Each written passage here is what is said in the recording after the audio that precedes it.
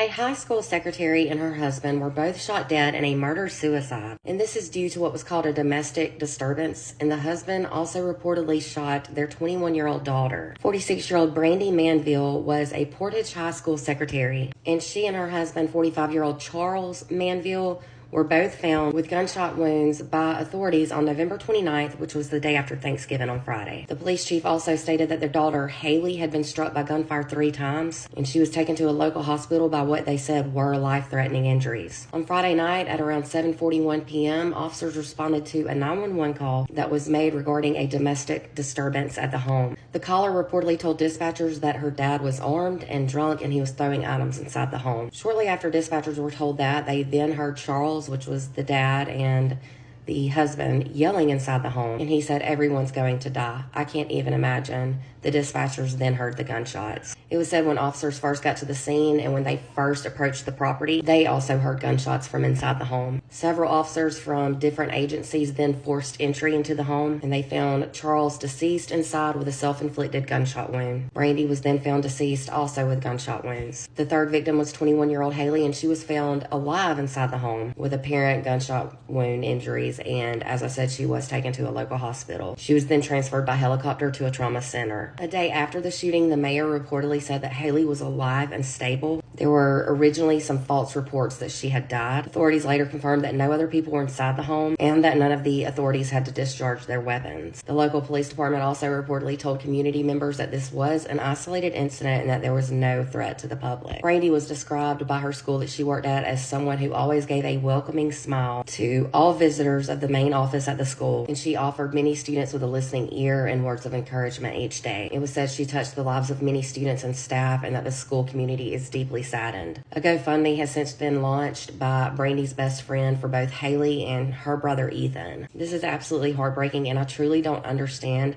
all of these murder-suicides. They're happening way too often. The story I did before this was also on a murder-suicide. My heart and prayers go out to that entire community, and especially to Haley and Ethan, and I hope that Haley recovers fully and quickly. For more content, be sure to hit the follow button, and if you're on YouTube, click subscribe.